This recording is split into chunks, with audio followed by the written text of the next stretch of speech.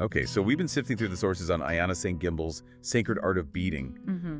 and wow, it really feels like it's much more than just, a craft class. Our mission today is to really try and understand this unique approach. We're talking cultural significance, meditative aspects, and how it seems to genuinely foster personal growth. Yeah, what's really striking, I think, is how Ayana presents it. It's not just art, it's positioned as this intentional path towards inner expansion and creative awakening. It's definitely got multiple layers. Right, so not just a hobby, it's described as a practice. Aiyana calls the sacred art of beading a creative, cultural, and meditative art. And she specifically mentions it's an integrative practice for those uh, blooming into their creative hearts and minds.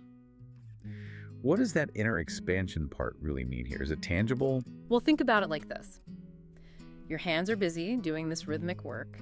Your mind starts to quiet down. And then connections start happening. Maybe connections to your own intention you set beforehand, or even to the stories embedded in the beads themselves.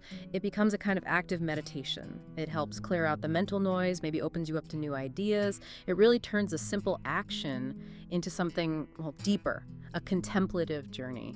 Okay, and the sources make a big deal about the cultural side. This idea that the beads themselves tell a story where they were found, the material, their origin. Yeah. How does that feed into the sacred part of the art? Exactly. It's about connecting the person doing the beading to something bigger, a history, a lineage. So the course, for example, it touches on cultural patterns and stitches, things like huchal, Native American traditions, and others. But it's not just teaching technique for technique's sake. Okay, so less about how to do a stitch perfectly. Precisely. It's more about engaging with that ancestral knowledge, understanding how art has been this sacred language across different cultures for ages. The focus seems to be more on setting intent and sacred space first, and then exploring the theory of design, translating what's inside your vision into an outer form. It leans into that flowy style she mentions, focusing on expression. That sounds incredibly empowering. Connecting to history, connecting to yourself through making something. But is it something you do alone, or is there a community aspect? That's actually a key part of it. Her flowy style seems to encourage both individual focus and group connection.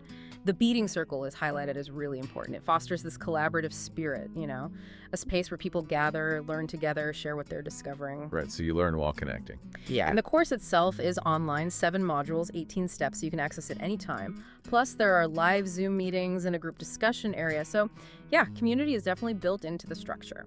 That flexibility is probably key for people with busy lives. And for anyone wondering, the practical side, the course is listed at $75. You do need your own supplies. About $35 worth to start, it seems. They aren't included.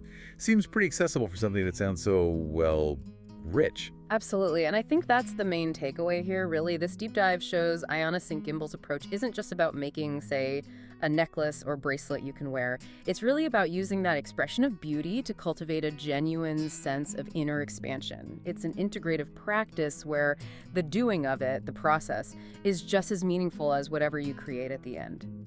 So thinking about this, what does it mean for you listening?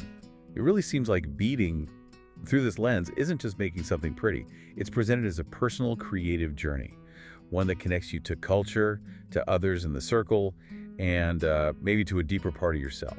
Which leads to a really interesting question to ponder, doesn't it? How might engaging deeply in a creative practice like this one that's so rich culturally and meditatively uniquely help you foster your own cognitive and spiritual awakening? How could it help you truly bloom your own creative heart and mind?